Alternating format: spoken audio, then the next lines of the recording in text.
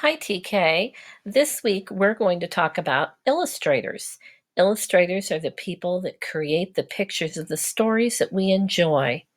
The illustrator we're talking about this week is Eric Carle. He is both an author and an illustrator. He illustrated the story we read last week called Mr. Seahorse, and he's illustrated this week's story and written it called A House for Hermit Crab. Let's enjoy his illustrations as we read. It's time to move, said Hermit Crab one day in January. I've grown too big for this little shell. Hermit Crab had felt safe and snug in his shell, but now it was too snug. He stepped out of the shell and onto the ocean floor. But it was frightening out in the open sea without a shell to hide in. What if a big fish comes along and attacks me, he thought. I must find a new house soon. In early February, Hermit Crab found just the house he was looking for.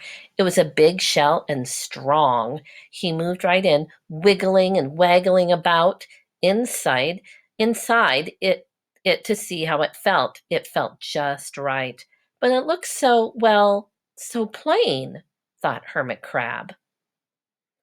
In March, Hermit Crab met some sea anemones. They swayed gently back and forth in the water. How beautiful you are, said Hermit Crab. Would one of you be willing to come and live on my house? It is so plain, it needs you. I'll come, whispered a small sea anemone.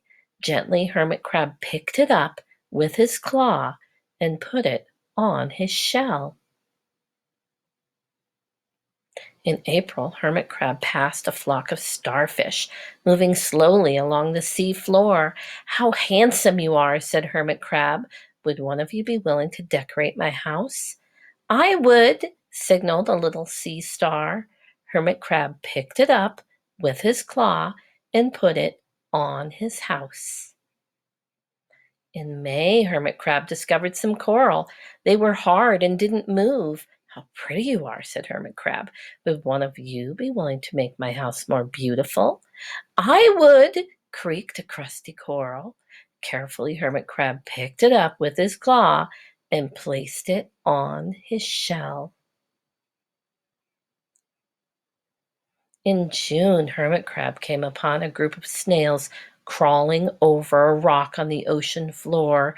They grazed as they went, picking up algae and bits of debris and leaving a neat path behind them. How tidy and hard-working you are, said Hermit Crab. Would one of you be willing to help clean my house?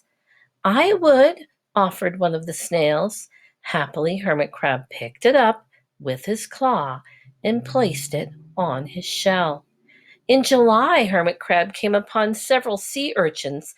They had sharp, prickly needles. How fierce you look, said the Hermit Crab. Would one of you be willing to protect my house?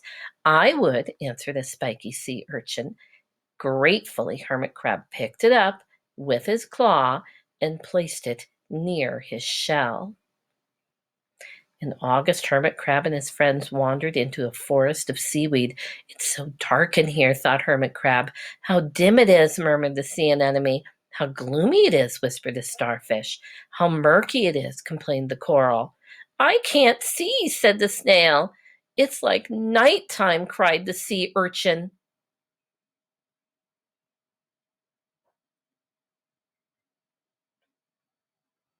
In September, Hermit Crab spotted a school of lanternfish darting through the dark water. How bright you are, said Hermit Crab. Would one of you be willing to light up our house? I would, replied one lanternfish, and it swam over near the shell.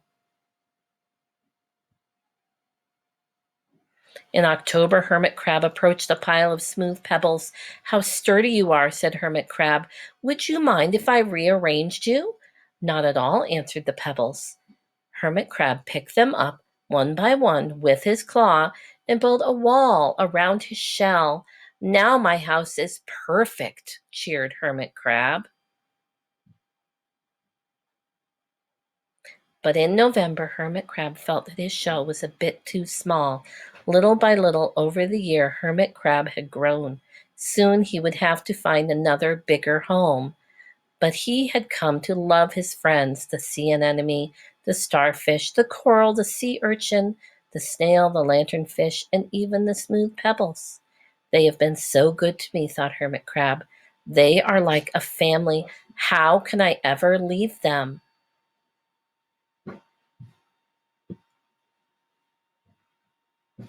In December, a smaller hermit crab passed by. I have outgrown my shell, she said. Would you know of a place for me? I've outgrown my house, too, answered Hermit Crab. I must move on. You are welcome to live here, but you must promise to be good to my friends. I promise, said the little crab.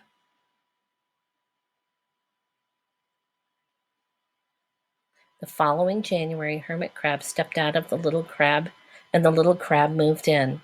I couldn't stay on that little shelf forever, said Hermit Crab as he waved goodbye. The ocean floor looked wider than he had remembered, but Hermit Crab wasn't afraid. Soon he spied the perfect house, a big empty shell. It looked, well, a little plain, but sponges, he thought, barnacles, clownfish, sand dollars, electric eels. Oh, there were so many possibilities. I can't wait to get started.